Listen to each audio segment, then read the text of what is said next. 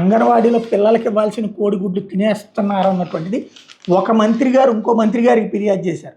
అంటే ఏం జరుగుతుంది అన్నది ఓపెన్గా అర్థమవుతుంది కదా. అంగన్వాడీ కేంద్రాలు సరఫరా చేయాల్సిన కోడిగుడ్లు అక్రమంగా తరలిస్తున్నట్టు మంత్రి కొలుసు పార్థసారథి తనిఖీలు వెల్లడైంది. ఆయన విషయాన్ని స్త్రీ శిశు సంక్షేమ శాఖ మంత్రి సంధ్య రాణి ఉన్నతాధికారుల దృష్టికి తీసుకెళ్లారు. బుధవారం సాయంత్రం ముసునూరు మండలం కార్యక్రమంలో పాల్గొని మంత్రి తిరిగి వస్తున్నారు. ఏలూరు జిల్లా నూజివీడు మండలం తుక్కులూరు వద్ద ఆగి కార్యకర్తలతో మాట్లాడుతుండగా అంగన్వాడీ కేంద్రాలు గుడ్లు సరఫరా చేసే వాహనం కనిపించింది. మంత్రి ఆ వాహనాన్ని ఆపి కోడిగుడ్లు ఎక్కడికి తీసుకెళ్తున్నారని డ్రైవర్ని అడిగారు.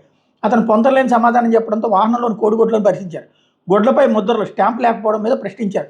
ఆయా కేంద్రాల్లో చిన్నారులకు గుడ్లు అందించకుండానే అందించినట్టు అంగన్వాడీ కార్యకర్తలు సంతకాలు సేకరించినట్టు గుర్తించారు.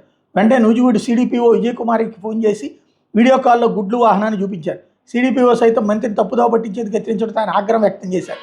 శాఖాపరమైన చర్యలు చేపట్టి వెంటనే గుత్తేదారు మీద అంటే కాంట్రాక్టర్ మీద చర్యలు తీసుకోవాలని ఆదేశించారు.